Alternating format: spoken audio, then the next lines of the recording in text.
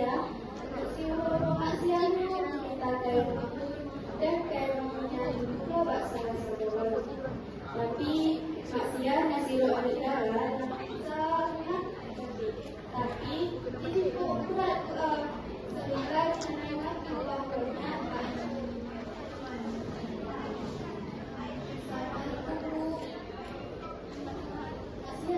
Kami nanti gadis kan? Itu karena terjadi.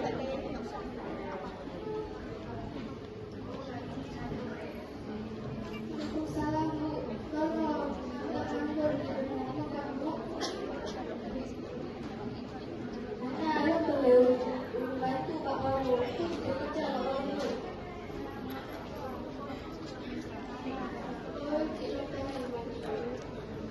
Dengan saya langsung dan saya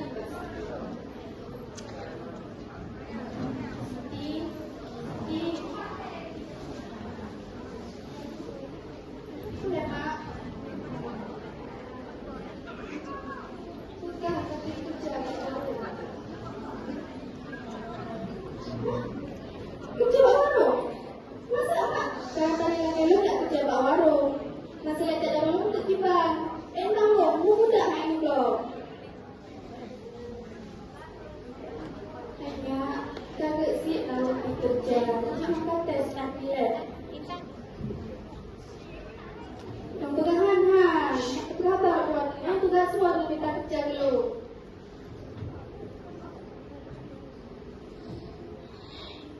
Allah, ini anak hubungan Jawa David. Aku kira lagi. Mak, kenapa boleh? Kok berat kecilnya?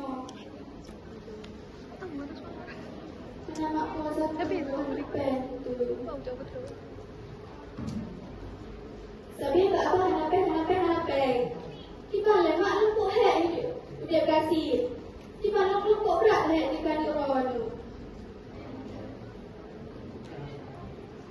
Oh, sampai hati kata-kata lagi. Dan sinergi hasil keputusan untuk tidak tambah sila saudara saya di gabungan. Dan anak tribunnya Kak Siantro di rumah saudara kayanya. Dan kepada Siti Tamam, tapi Siti Hamidin. Ya anak Tamam.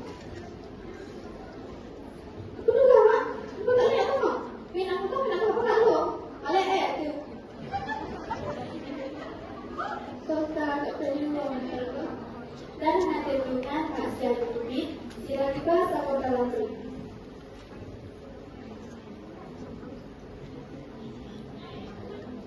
Ya, nak tahu. Dan bagi perjalanan maksiat kahek sehingga kita cuma agak Siti, tapi Siti yang detail. Mak kahek bantu saja.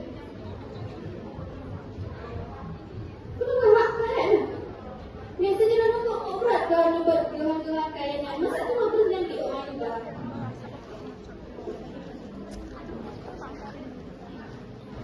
Bukan kadang-kadang tak kaca.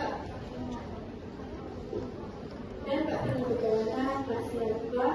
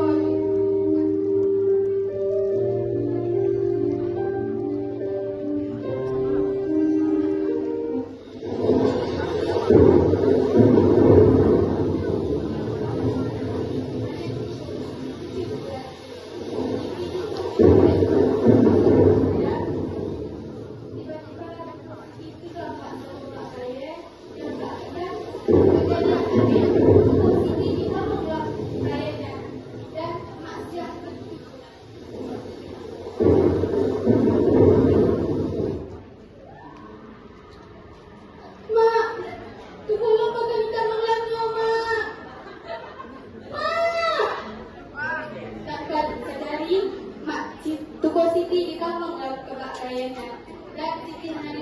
kena angka mati. Doa masia selamanya hanyalah wujud ku asiki wujud kalau yang berguna bagi umum. Sekian dari dongeng saya. Assalamualaikum warahmatullahi wabarakatuh.